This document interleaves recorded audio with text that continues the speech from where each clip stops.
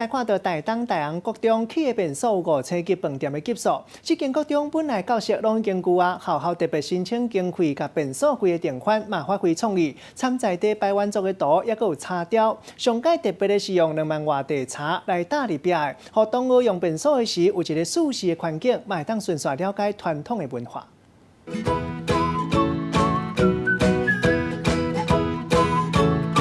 茶座的门顶的画一个准备要下钱的原住民勇士，看起来真威武。头压起来看，哇，唔有高啊顶，篷布顶的个画排湾族的人，高山啊、背乌顶顶，就袂输来到博物馆同款。不过讲出来，你绝对唔相信，其实这是台东大王国中学校的便所。很漂亮啊，因为它有原住民的那个装饰，尤其是它的头饰画得非常的细。我比较想要上厕所。